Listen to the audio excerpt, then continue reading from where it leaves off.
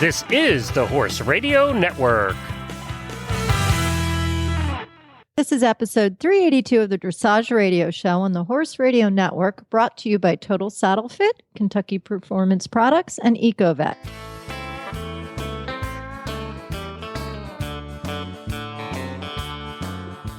This is Karen Abatista from Sarasota, Florida, and with me is Tim Christensen from Iacca City, Florida. And you're listening to the Dressage Radio Show. Tim, we're getting ready for a road trip. Yes, we are. We're the Western Dressage World Show 2016, September 29th through October 2nd. And where are we going? We are going to the Lazy E Arena in Guthrie, Oklahoma. And are you familiar with the Lazy E Arena? I am not. The only time I ever went to Oklahoma was a couple years ago. I went to Tulsa. And I went for Western Dressage Judges Education Program. And it was very similar to Hotel California. I was supposed to fly out on the day that Atlanta got snowed in and all the airports got closed. And my 3-day trip turned into a week. I couldn't get a flight out of Tulsa. And it was awful. It's taken me several years to recover from that trip. I can't believe I'm actually going back to Oklahoma now, but yes, I am. I think that we're going at a beautiful time of year to go out this there. This is January. There's no tornadoes, I believe, and there's no snow and ice. But the Lazy E Arena I've never been to, but I'm so excited because it's got a legendary reputation in the horse world with big cattle ropings and barrels and futurities, and it's a legend in the horse industry. So I think we're in for a real treat. Oh, fun! So yeah, and we're just outside Oklahoma City, and I can't wait. I've not been there in a long time, and the last time I was there, they had lowered all of the streets in a district down a level and had filled them in with water, so there was canals. So I can't wait to get back and just to see it all. Yeah, it's going to be a good time. Cool. Well, the annual meeting starts on Wednesday the 28th for the Western Dressage Association of America, and they're going to begin with the debut of the new 2017 tests. If you've registered for the convention, you will have an exclusive look at the new tests ridden. Also on Wednesday is an honors luncheon. It'll be the presentation of the very first Horse Lifetime Achievement Awards and the Top Hand Award. Thursday morning, there's more educational and instructional events, the general meeting, and a meet and greet with the WDAA Board of Directors before the actual show begins on the 29th. And here's the part that you and I are looking forward to, knowing us. A Thursday evening welcome party, Friday freestyle party, Saturday party, and then a farewell party. Yep. They have really touted that they have a lot of special events going on, and with their receptions and parties, and they have some freestyle classes in the evening. So I think that it sounds to me like the show committee has really put forth a huge effort to make this quite an endeavor. And if you haven't noticed, Karen, last year I believe there were 620 entries. This year I looked at the number, it was 820. So that's pretty exciting for the discipline. Yeah, pretty exciting for the discipline. That is extremely exciting. And I guess I should ask you, since you'll be showing next week, are we wearing our black chaps? We are going to wear, I'm kind of up in the air on that because I've got a couple horses that are chestnuts that I might have to go with the cinnamon. But the black chap challenge, I can wear them if I want to. So I have an option. So for those listeners who aren't familiar with the black chap challenge, Tim decided, when did you start your diet? That was about 2.5 months ago. Mm-hmm. So. And most of us can relate to not being entirely happy with our fighting weight. And Tim decided to do something about it and did a little bit of a lifestyle change and got a little healthier in his eating and a little more active. And now he's back into his chaps again. That was your goal. Yep. I'm proud of you. You made it. Yep. And I have some, a little further to go, but, I'm pretty excited. We're going to take a short commercial break. And then when we come back, we're going to be talking with a sports psychologist, Sandra Lines. But before we do that, Tim and I will share some of our own personal show catastrophes. This Nutrition Minute is brought to you by Kentucky Performance Products, the company that simplifies your search for research-proven nutritional supplements at kppusa.com. Did you know that easy keepers and horses on restricted diets are often at risk for vitamin and mineral deficiencies? Most easy keepers are maintained on hay, and some get a few handfuls of grain a day, and most of these horses get little to no green grass. Diets that don't include significant levels of green grass or recommended amounts of fortified concentrates just don't supply enough vitamins and minerals. Many horse folks don't realize that hay alone, even high-quality green hay, is not an adequate source of many vitamins. For example, when grass is cut and dried for hay, the vitamins quickly lose their potency. 70% of the vitamin E found in grass is lost in the first week after it is cut for hay. One way to ensure that your special needs horse is getting all the vitamins and minerals he needs is to add a vitamin and mineral supplement to his diet. A well-balanced supplement will provide the nutrients your horse requires without adding unwanted calories, starches, and sugars. Microphase, made by Kentucky Performance Products, is a vitamin and trace mineral supplement that bridges the gap in your feeding program. With Microphase, your horse receives adequate and balanced vitamin and mineral nutrition without unwanted calories or other ingredients. The minerals in Microphase have been chelated, a process that protects minerals during digestion and increases their absorption in the intestine. Microphase provides vitamins, such as vitamin E, in a natural form, so your horse receives optimal results from this supplement. This Nutritional Minute has been brought to you by Kentucky Performance Products. You can find all of their terrific products at kppusa.com.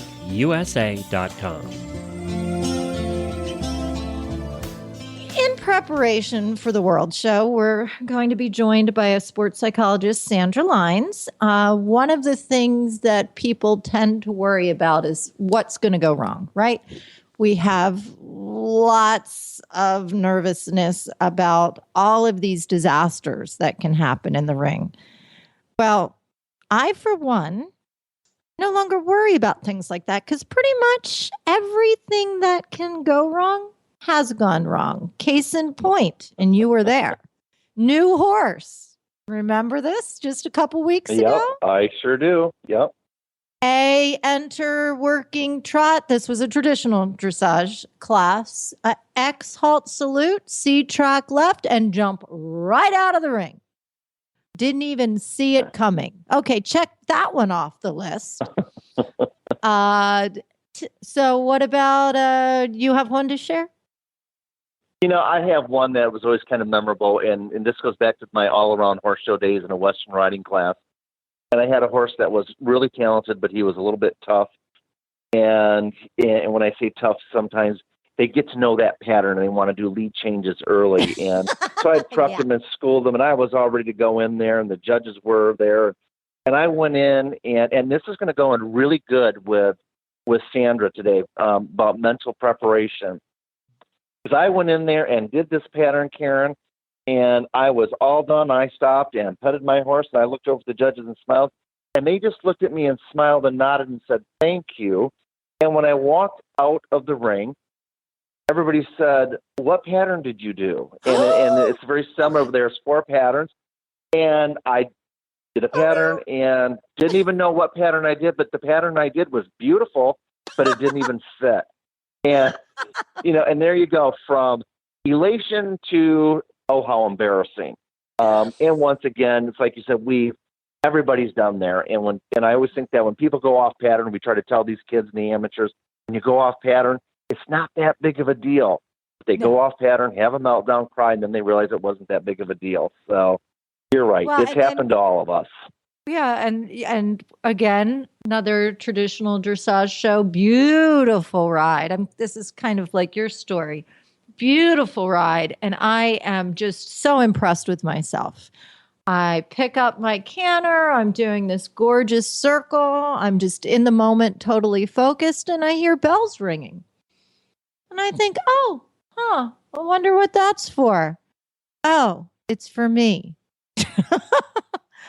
I had done my circle in the wrong place. So, of course, the bell rings and the judge tells me that I'm off pattern and says, do you know where you're supposed to go? And I said, yes, ma'am. Thank you very much.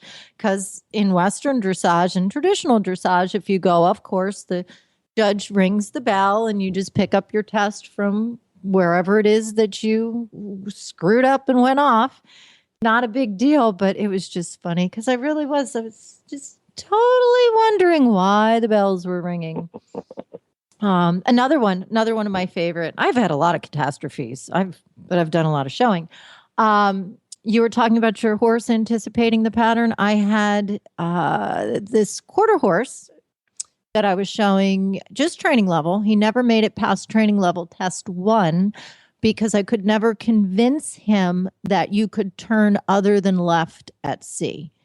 He learned test 1, and if I tried to make him turn right, he threw a tantrum right there in front of the judge. I showed in front of Gary Rockwell, who has judged countless Olympics. Wonderful judge, amazing man. And honestly, I think if they awarded belt buckles in dressage, I would have several because this horse, boy, could he buck.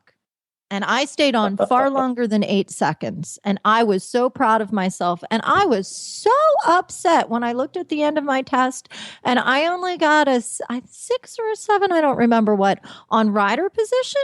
I rode that out and stayed in the saddle. That should have been a 10 plus. Yeah, for sticking with it. I'm telling you, no sense of humor. Do you have one more to add before we go over to Sandra? I've just, and once again, and this will be a good one. I'm going to share this. This is one of my father's, and this would be a catastrophe.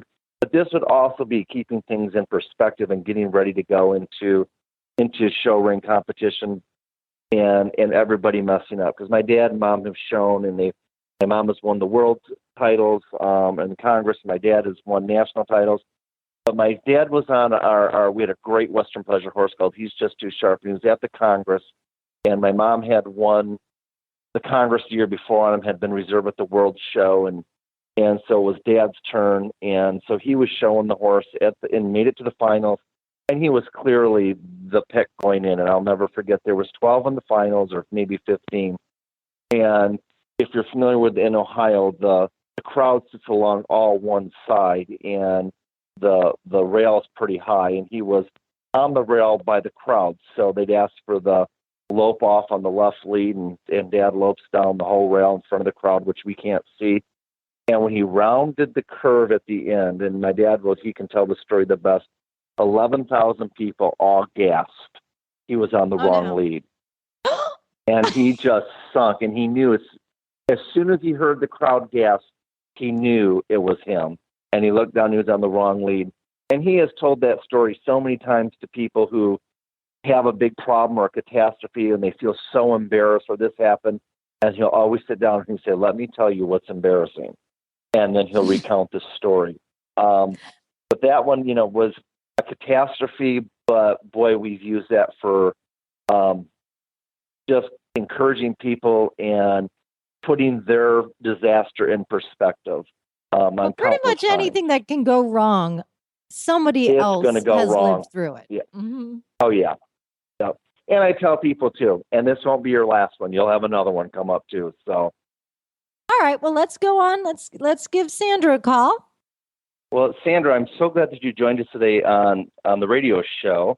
And it was so interesting when I was involved in a clinic this past summer and found out that you had been there and you had given a presentation on getting mentally prepared for horse showing and competitions. And it just really was intriguing to me and really enjoyed it.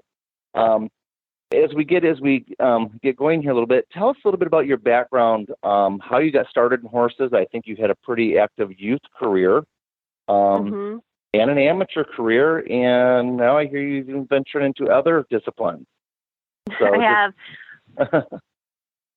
I started showing when I was 2 in the lead line. My mom and dad were both involved in showing horses, and so it was kind of natural for me to get into that. And I started like really getting competitive in the quarter horse stuff when I was about 10 years old is when I really started showing a lot in the quarter horse stuff.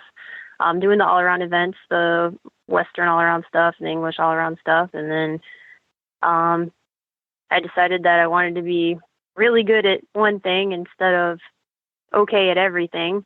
And I decided that I really wanted to get into the English. And when I was about 13, I think it was, I really focused on the English, started showing in that stuff a lot. And I stuck with the English stuff until just recently I started venturing into the cutting. Oh, wow. So, now I'm trying to think back. Was it GM Elegant Mac? mm-hmm. Was that one Yes. of yours in the youth career? Yep. And you did a lot of working hunter, correct? Yep. I did. I You did a lot of the working hunter? jumping and the equitation and that stuff. But I've won the world in the halter and stuff like that too. So I've done a little bit of everything. And then I was third a few years ago in the world in the ranch riding. Cool. And then also you had success at the NSBA level, didn't you? Yes, The I National won Snafflebit Association. Yes, I won the National Snafflebit Association World Champion in 2013 in the amateur equitation over fences.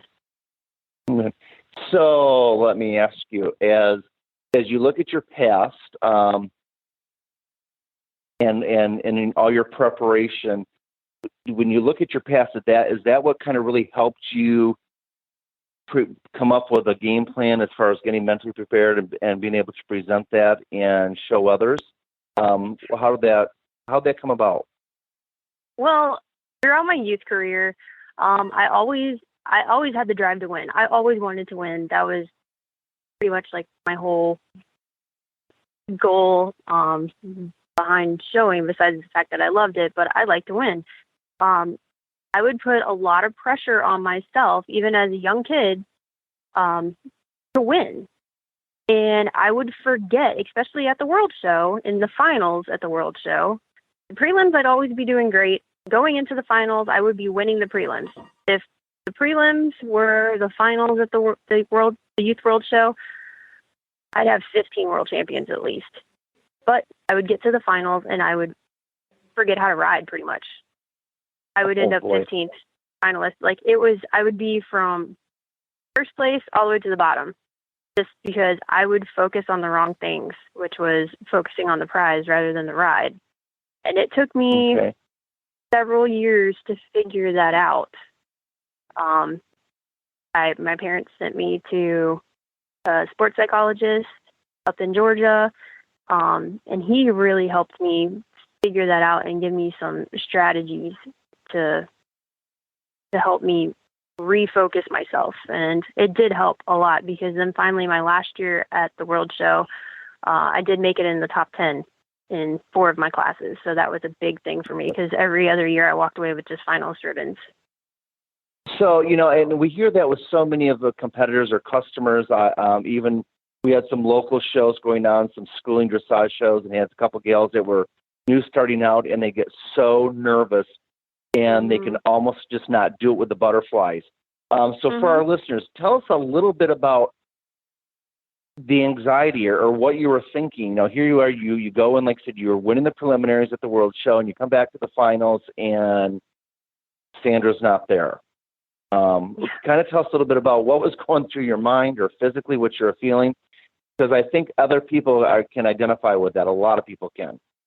I would have to say that, like I said earlier, I had my brain was in the wrong place. I was focused on the wrong thing. I was focused on the end result, which was the prize. I wasn't focusing on what I needed to do to get to the prize. I'd forget about the whole riding part. I think what really helped me get that together was just focusing on myself, having a good plan for when I go in the pen, what am I going to do? Visualizing the ride has really helped me. Like visualizing, if you have to do a pattern, well, you guys do patterns. Visualizing your pattern is in like riding every little piece of the pattern over and over in your head, feeling how your horse feels, feeling how you'll sit, visualize how your horse will feel in your hands. Visualize and feel in your brain when you ask them to do a transition, when you ask them to change leads, whatever it is that you have to do. Ride through the perfect ride over and over and over again. And eventually it will happen. It will come out. So you would do that, well, okay, so after you do your preliminaries, or let's just say just before the competition, would you just sit down then for a while? Would you get quiet, almost like meditate? And what would you suggest? Because this is going to air just before our Western Dressage World Show. I think a lot of competitors will really be able to relate to some of this stuff. So like the day before, the night before, kind of give us a little rundown of what you would suggest as far as running that perfect pattern through our mind. How far in advance are you guys able to get your patterns? We all have our patterns. Our patterns are set. Okay. So we sign up for patterns. So pretty much everybody knows their patterns. Okay. Hopefully. So yeah, hopefully Karen says in the background. At least that's the plan, right? To remember the pattern or have the pattern. Well, you guys have an advantage because at the quarter horse level, you don't always have your finals patterns. I know, like for the amateur world and stuff, we don't always have our patterns till we get to the horse show. So you guys have an advantage. You guys can start visualizing the ride as soon as you know exactly what pattern you're going to be doing. I mean, that can be before you go to sleep at night, when you wake up in the morning, anything like any quiet time that's good for you as you're driving to the horse show. Think about that ride. Think about your feelings. Me, personally, how I prepare, number one, I make sure I have plenty of sleep, if that's possible. That's a big thing. I know that I don't ride well if I'm tired. I try to have quiet time before I show, or what I call like some me time before I show, just to kind of get myself together. The other thing I really try to make sure is that I'm not rushed. I'd rather be ready 3 hours too early than to be rushing, because if I'm rushed, I know for me, that totally screws me up, and I just cannot think, and it just throws me off. And that's one of the great things about the Western Dressage is you have ride times. So you know exactly, pretty much to the minute, when you're going to need to be ready to go. That's really good for you guys. We don't always have that luxury. I know you don't. We're guessing the whole time, as Tim knows. You're just trying to... A question on the tired again. And I think sometimes we focus on the physical aspect of being tired.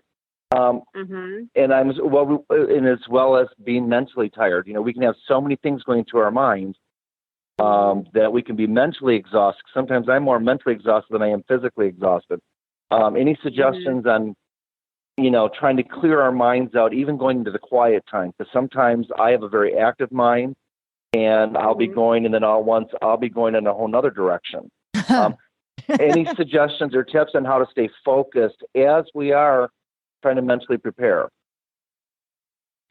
Everybody does things a little differently, as in being able to calm yourself down. For some people, maybe calm yourself down mentally. Some people, it might be doing something physical. For other people, it might be meditating, just trying to get in a quiet place. Maybe visualizing your ride and just thinking about that might help you. Maybe just brushing your horse off might help you just kind of calm down and come to, if you know what I mean. For people that are you like one that overthinks? Oh, I can overthink. Yes. Yep. I can overthink.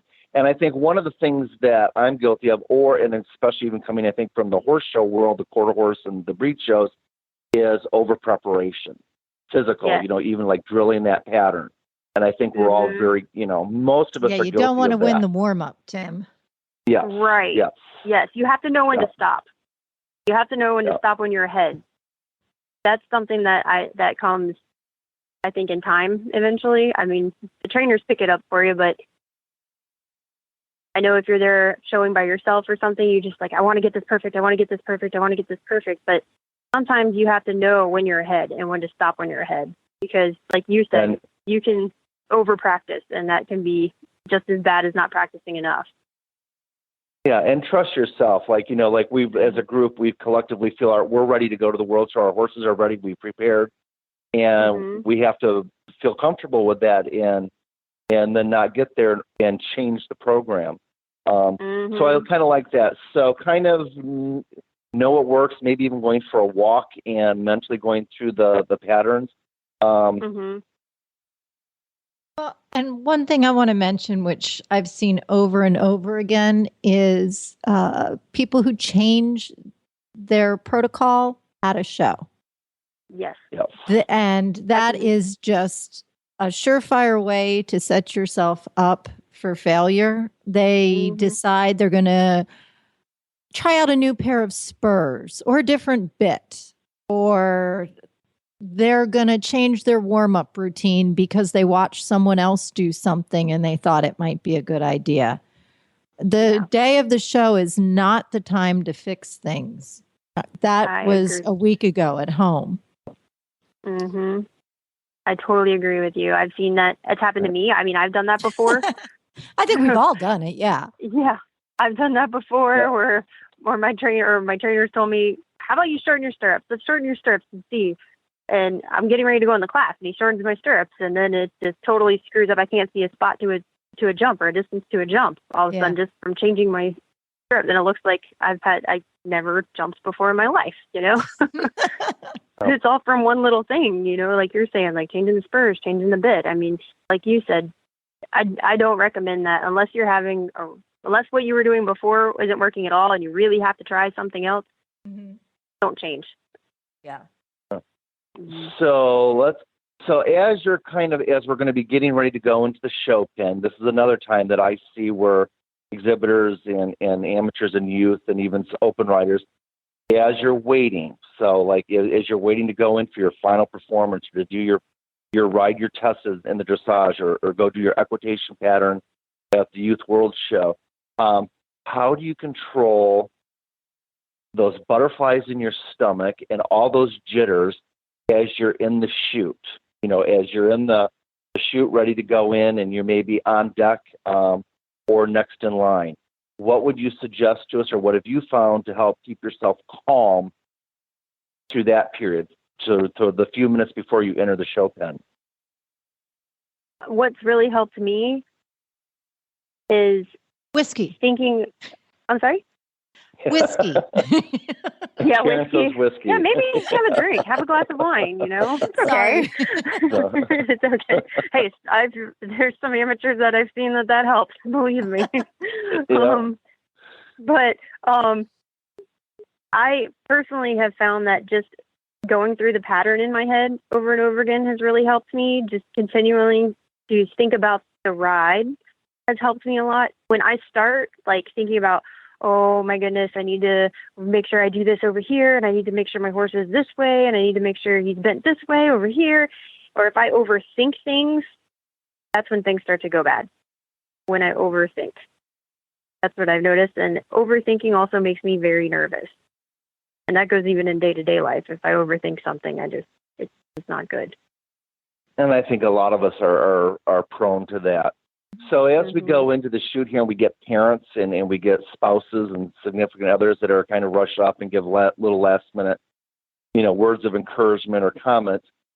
I'm starting to hear that as we enter that shoot, as we're entering to go into the show ring, is that we kind of need to, and I've heard professional athletes talk about getting into the zone. So we really need to start focusing on going into the ride and focusing on the presentation of our ride, and starting to. So how would you quiet the surrounding people? I've told my family this. Okay, when I'm walking up here, you just go to the stands. Just leave me alone. Because sometimes they'll make you more nervous, like maybe your mom or your husband or whatever comes up to you and they think they're helping you just by giving you those last little tidbits of, make sure you do this, make sure you keep your shoulders back, make sure, whatever it is.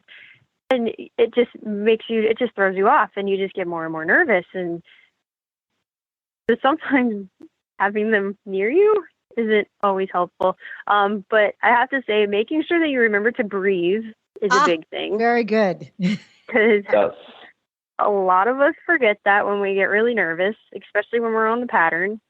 And I think that I know I feel more confident when I go in the pen when I feel like I'm very prepared.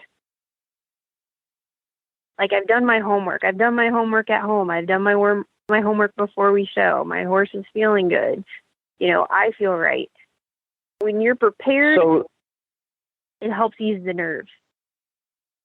Okay, yeah, having that confidence. And I think whether it's going to, like the dressage shows where we've entered, we're prepared, we've done the tests, we know them.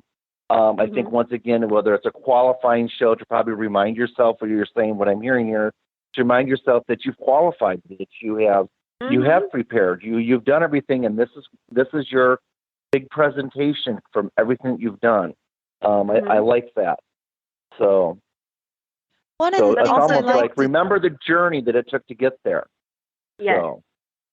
Yes. Well, and remember too, I mean, you need to be proud of your horse. You need to go down center line. You need to smile. The judge is there because of you. If it wasn't for the riders and the competitors, they wouldn't have a job. And I think we need to understand that it's supposed to be fun. A lot of people forget that. They get way too serious. It's all about it's all about the journey, yes, and it's about having fun and enjoying your horse and that time you have with that very special partner. I agree. I very much agree. I've noticed too, like some negative type of thinking can definitely cause nerves. Like when you're sitting in the pen, like when you're watching people get their horses ready, and you see someone riding a horse that was super expensive, or someone that is riding a horse that's won all kinds of big prizes and stuff, and you've not won those kind of prizes before, or your horse didn't cost as much as that horse, or whatever it is. Just remember, everybody has bad days. Everybody has bad days. I remember when I was at the National Finals Rodeo a few years ago, watching the team roping with my dad. My dad team ropes. And one of the headers missed. And my dad was like, "Oh my gosh, that makes me feel so good." And I'm like, "What are you talking about that makes you feel good that he missed?" He goes, "Those guys have won millions of dollars doing this event, and they missed too." Yep. So that makes me feel good that people that are at this caliber, they still make mistakes. Things still happen to them. Yep. So that's something that I think a lot of people, especially amateurs, non-pros, use that we forget. Well, I think a lot of people too, they worry too much about what other people think. Yes. And I've very politely explained to some of my clients who get very concerned about other people's opinions that most people at a horse show really don't care about you. They're not watching you. They're really not paying any attention. Unless you're riding in an Olympic qualifier, they're more concerned with chatting with their friends than watching your ride. So it's a little egotistical to think that everyone's just fixated on you. They don't even know what you're doing. And I think that and Sandra, what do you think that being psyched out by your competitors, that plays a much larger role than I think most of us even realize. I remember I had a client one time, I had some customers all get new Western show saddles, and I had a customer, and by golly, they wanted to get a new one so bad, and they couldn't stand it, so they did. They found one and paid a good chunk of money for it. And I remember talking later, the comment that was given back to me, they said, "You know what I learned through that?" And I said, "What did you learn?" they said that you buy your saddles to impress your competitors or vice versa, because if you have a well-fitting equipment, the judges don't even really look at all that stuff. They're looking at the overall whatever. And I never forgot that sometimes we do things for the wrong reason. I also remember one time there was a lot of us, that some competitors who are national caliber, and people looked at them, and I knew some stories and some histories of some of them, that these people looked at where they were at, kind of like you were saying, they had won some big titles, but a lot of people don't realize that everybody started out the same way. Exactly. You know, it was all part of their journey that they missed leads in big classes, and they went through horses that were not appropriate. And I like the phrase that we have in the dressage, it's about the journey. And sometimes I think we can't get psyched out because we don't know everybody else's journey. So, yep. That's really good. I mean, I know when I was younger, I used to psych myself out. I'd show up at the quarter horse shows, and I'm like, oh my goodness, so-and-so just bought that horse, and that horse is like won the world 4 or 5 times and stuff. And I'm like, oh, holy cow, I don't even know why I'm here showing. Like, why should I even be here? Because they're just going to beat me. But come to find out, just because that person has that really expensive horse or has that nice saddle or whatever, doesn't mean that they can ride that horse, or doesn't mean that, you know, but it's something that I had to figure out on my own, that money doesn't buy them the ability to ride. You might ride way better than them on a horse that's maybe not quite as fancy or not quite as talented or whatever, but you can make up the difference in the way that you ride. Yep, and your presenting skills were cool. Yep. Well, Sandra, if someone wants to contact you and learn more about you, is there a way they can reach you? Yes, they can send me an email if they'd like. My email is Sandra Lines, Lines, the number 8, @gmail.com. Great, because I think you've been very helpful today. We really appreciate you sharing your experiences with us. I think it's been very valuable. Oh, good. Yes, I'm glad. I would I agree. love helping people with this stuff.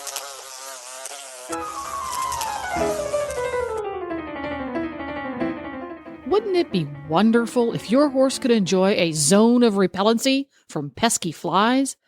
Well, he can with EcoVet. EcoVet is an entirely new type of fly repellent that is safe for horses and those applying it, offering a real alternative to toxic pesticides like pyrethrins. EcoVet confuses an insect's normal directional ability, the bug's GPS, if you will. So if it can't locate your horse, it can't bite your horse. Dr. Wendy Ying from the Driving Radio Show has been using it in South Florida, also known as the Jurassic Park of biting insects, and she just loves it.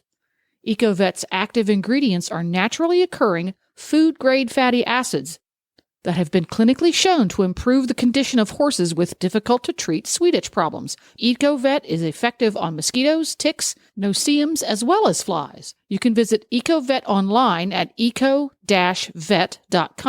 for more information or to order.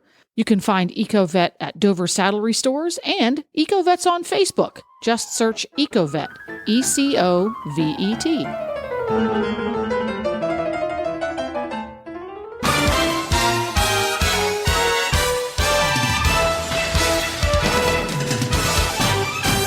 This week's dressage training tip is brought to you by Total Saddle Fit, home of the shoulder relief girth at TotalSaddleFit.com. So our Total Saddle Fit tip of the week is how to improve the lengthened stride of jog. Now, first of all, lengthened stride of jog, by definition, it's a variation of the working jog. The horse covers more ground through lengthening its frame while maintaining the same tempo as the working jog. It's a very important point there. We'll come back to that. Lengthened stride may be ridden either posting or sitting. If you do post, do not change your posting diagonal at X. Wait until the end of the line, because one of the common problems with the lengthened jog is balance. Your horse falls out of balance. If he gets quicker, the tempo gets rushed, and he will sometimes break into the lope. He'll fall on his forehand. So what we want to do is just make sure that we keep a very consistent tempo. It does not change in the lengthening. We also don't want him to fall on his forehand. So we want to do half halts. We want to, even though the directives call for a lengthening of frame, don't throw him away. You need to maintain his balance throughout the movement. One of the best ways by far that I have found to improve the length and gaits is the use of ground poles and cavaletti. For the jog, and it'll vary by your horse's stride length, I set them about 4 feet apart, depending on the horse's natural scope and ability. I start with 1, and I work up to 4 or more in a row. I start with just ground poles.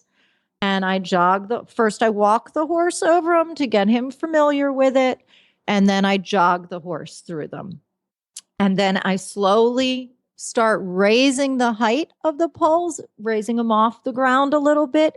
Because in order to lengthen the stride, the horse has got to bend his joints. He's got to have engagement in those hind legs to enable him to cover more ground, to create impulsion, the thrust that's needed to jump higher, farther, longer. So the ground poles are an excellent way to have him do that on his own. It generates the engagement needed without you having to do much at all.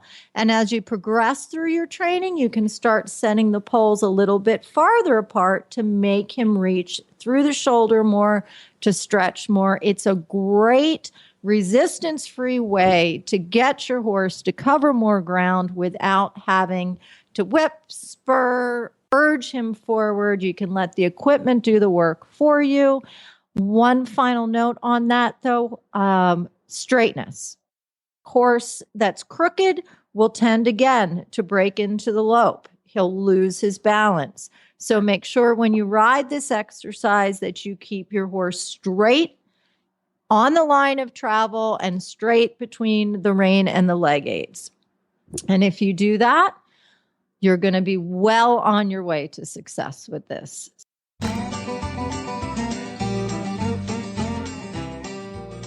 Well, Total Saddle Fit has the cinch that you've been looking for your Western dressage saddle. The shoulder relief cinch actually changes the position and angle of the billets to prevent the saddle tree from interfering with the shoulder. The center of the cinch is set forward to sit in the horse's natural girth groove, while the sides of the cinch are cut back to meet the billets 2 inches behind where the horse's natural girth groove lies. This brings the latigos from angling forward to becoming perpendicular to the ground, which reduces the saddle's tendency to be pulled forward into the shoulders. With horses that have shoulder interference without angled billets, it simply moves the billets back to keep the saddle further away from the shoulders. The secondary benefit to this shape is the cutback at the elbows. This gives more room for elbow movement as well and prevents galls in the elbow area. You can find the shoulder relief cinch at TotalSaddleFit.com. That's TotalSaddleFit.com. So thanks, everybody, for joining us today. You can find our show notes and our link to today's guests on the website at dressageradio.com. Like us on Facebook. Just search for the Dressage Radio Show. You can follow us on Twitter at Horse Radio. My website is Karen Abatista Dressage. And to reach me, you can find me at www.trainingforlife.four, or email me at tchristensen, tchristensen62@gmail.com. And don't forget to check out all the other shows on the Horse Radio Network at horseradionetwork.com. And remember, enjoy your ride, and it's all about the journey.